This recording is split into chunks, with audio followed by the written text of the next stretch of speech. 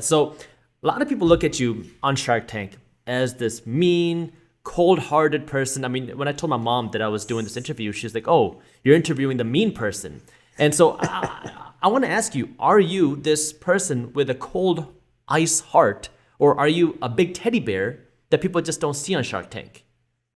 Well, I'm the only shark that tells the truth. I don't worry about your feelings. I worry about your money. And I think it's so disingenuous when, Barbara or Lori says, look, you go, you keep going, you keep mortgaging your house. I'm not going to invest in it, but I think what you're doing is just wonderful. I don't say that. I say your idea has no merit. It's going to go bankrupt. You're going to bankrupt your family. You're going to zero. It's a terrible idea. Why don't we deal with it right now? Why don't you take this behind the barn and shoot it and start something else? Because it's a horrible outcome for you if you completely put your family in debt because of your really horrific idea. Now, you may not want to hear that message, but it's still the truth. And if you think I'm bad, wait and you see what happens in the real world afterwards. Bad ideas go to zero. Whether I tell you that or not, that's just a fact. So it's better that I just deal with the truth. And this again goes to something my mother taught me years ago. She said, always tell the truth and you'll never have to remember what you said. And that is why I do that. It's sort of, I don't have to remember the truth. It's going to be the truth when I told it to you, and it's going to be the truth 10 years from now. It's still the truth. If you lie to people, you're going to get caught in that lie and you're going to trash your relationships with them. So I'd rather just deal with the trauma right there and then they call me the mean one. I'm the nicest guy because I'm the only one telling you the truth. The only reason Barbara gets to the set each year is I buy her a new broom. I love it. I love it. Well, you are my favorite shark. If that means anything to you. Um, so the question I want to ask you now about Shark Tank, because you have been very tough on your negotiating deals. What is your biggest regret or kind of missed deal, would you say, on Shark Tank? Well, you may not be surprised when I tell you this, but I don't have any regrets, and I'll tell you why. Because with Shark Tank, and which is why it's, I think, so successful, we're going into our 13th season. I have no idea what's going to come through the door in the next 20 minutes. No idea. I don't get to see these deals first, but they're so incredible. Each year they get better, more unique. We have everything now. We have technology. We've got, consumer goods and services. We have mechanical products. We've got so much diversity in the opportunities that if I miss one, I know in a couple hours I'm going to get another one. I have no regrets. I've got a fantastic team. I've had really incredible outcomes. I still have the largest exit in Shark Tank history, the sale of Plated to Albertson, which was my deal for $320 million. Wow. Nobody's exited anything with that much before or ever since we started Shark Tank. So I'm pretty happy with the outcomes. And I've made plenty of mistakes. And so, they go to zero, and that's tragic too. I hate when that happens. But overall, I'm managing diversity in portfolio, which I think everybody should do.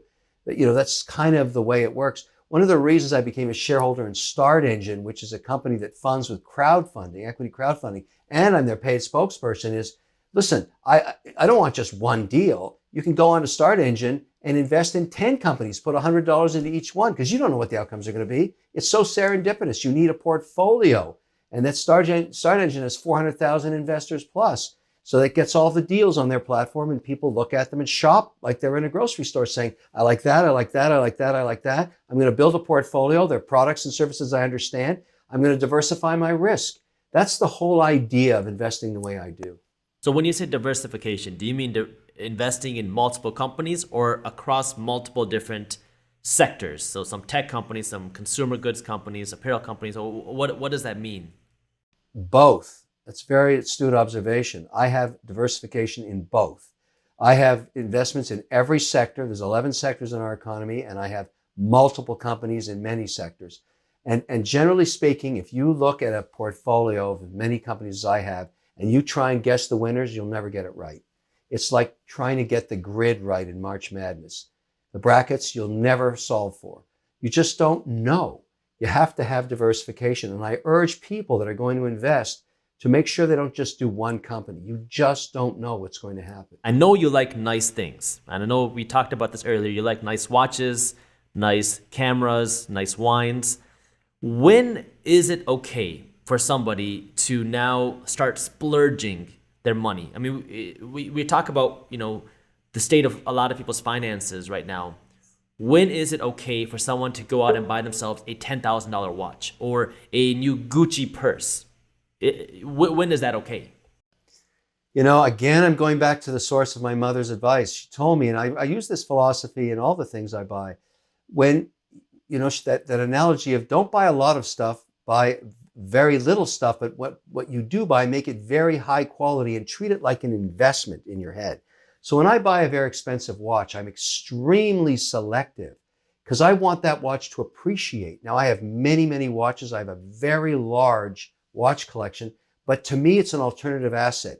My watch collection is up 114% year over year because I buy very, very selective pieces, and I'm extremely fortunate to be part of that global watch community that when a Rolex or a Patek or Audemars Piguet or FP Journe or Omega, you know, all these different watch brands, I'm very familiar with them because I'm a very active collector, and I select my pieces. And, you know, I'm wearing an AP right now. This watch is not an AP. This is an FP Journe, actually. And this is a very rare piece that is up about 80% over last year. Wow. So I've owned it for 2 years. FP Journe is the living Picasso of the watch world. He only makes 900 watches a year. You have to be part of his society to petition to buy them. That may sound really corny, but I love to work with that company. And, you know, to build my calibers across all their different designs. He's noted for his absolutely crazy dials. I mean, that's beautiful. People look at this and say, how do you tell the time? I said, I don't tell the time with this. This is a piece of art. I use my phone to tell the time. It's always with me. This is and the whole point is this dial creates conversations. I remember I was flying to Dubai and a woman beside me getting on the plane said, that's crazy, that watch. How can you tell the time? I said, you're talking about this watch? We're now in a conversation. This watch has done its job. It's a piece of art and you're enjoying it and it's controversial for you. I think that's fantastic. That's why I own it. And by the way, it's up over, 80% this year in value. So all of that's in my head when I do that with guitars. I have a very large pen collection. There's companies like Montblanc which build certain pens for their collectors and they preview them years ahead. So if you find one you really like, and I like to buy number 13 out of 98 pens, and I have some extremely rare pieces, but they go up in value. That's my whole point. I don't buy junk.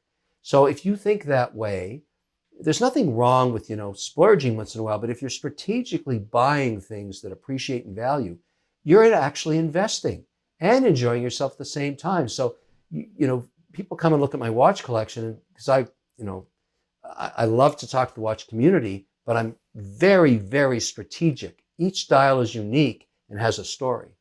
Interesting. How much did you pay for that watch? Oh, this watch was probably, I'm going to guess, probably 60 or 70,000. Wow.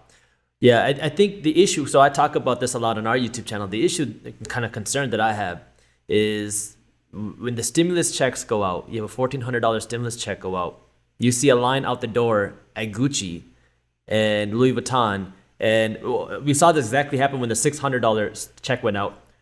Gucci started putting the $600 purchase on display. And you see a line out the door as soon as that stimulus check goes out. So, that's tragic. What people should do is take at least half of that and invest it in themselves.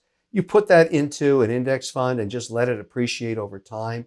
I mean, this is a once in a lifetime gift from the government. Why would you just piss it away? Why wouldn't you take I'd take all of it and invest it.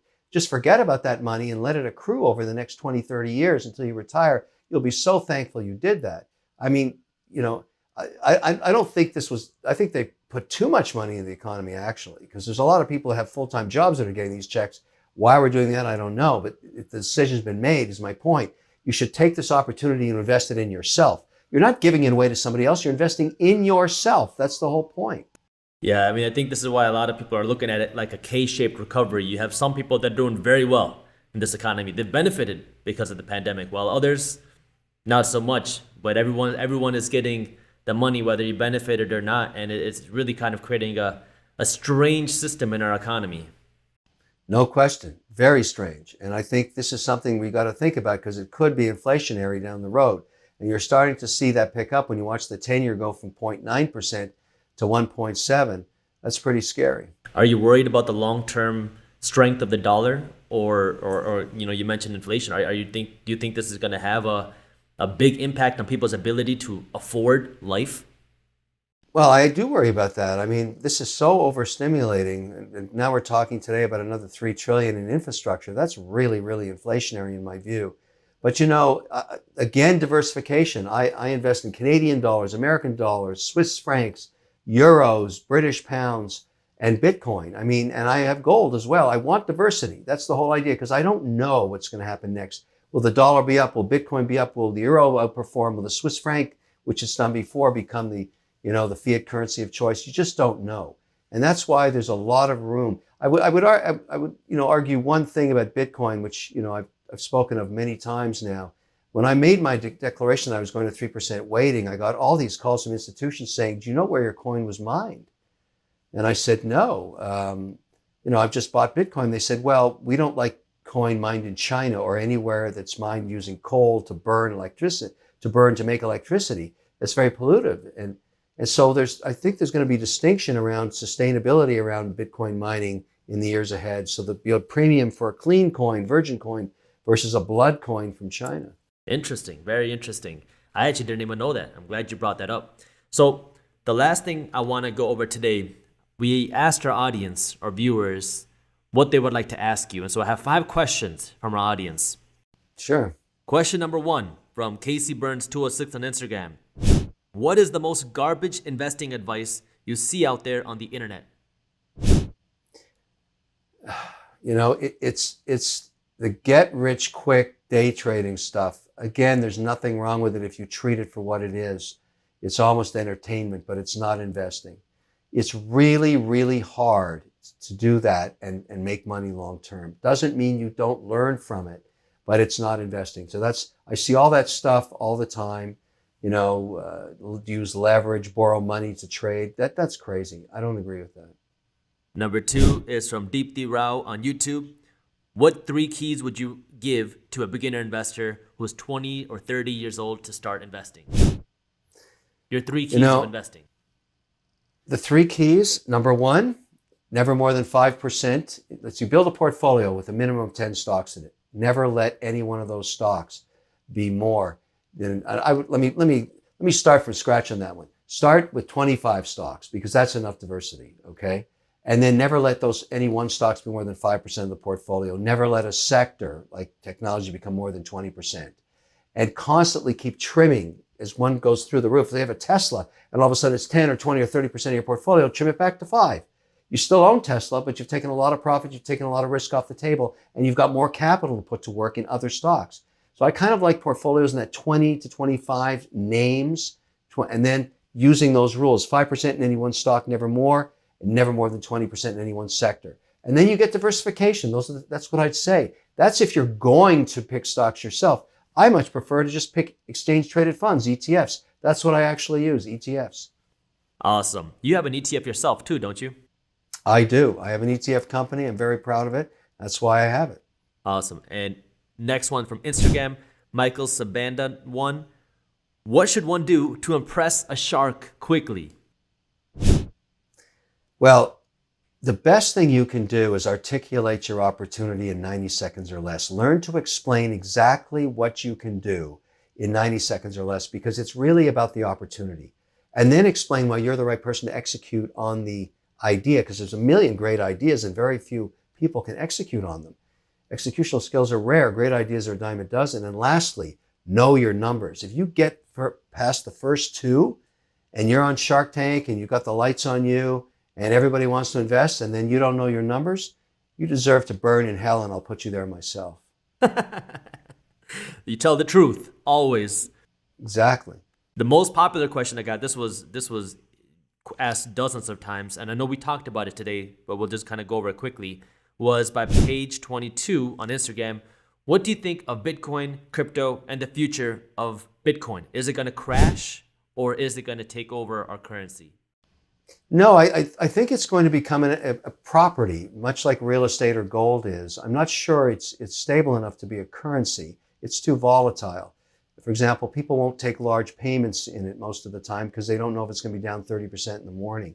But that may also resolve itself over time. Right now, the biggest issue around Bitcoin for institutions, because less than 5% of the institutions that could own it, is basically the regulator, which in most countries like Canada and Switzerland and France, New Zealand, in Europe and in England are starting to relax the rules around crypto because they know it's here to stay, or we speculate that. Canada has ETFs now with Bitcoin in it.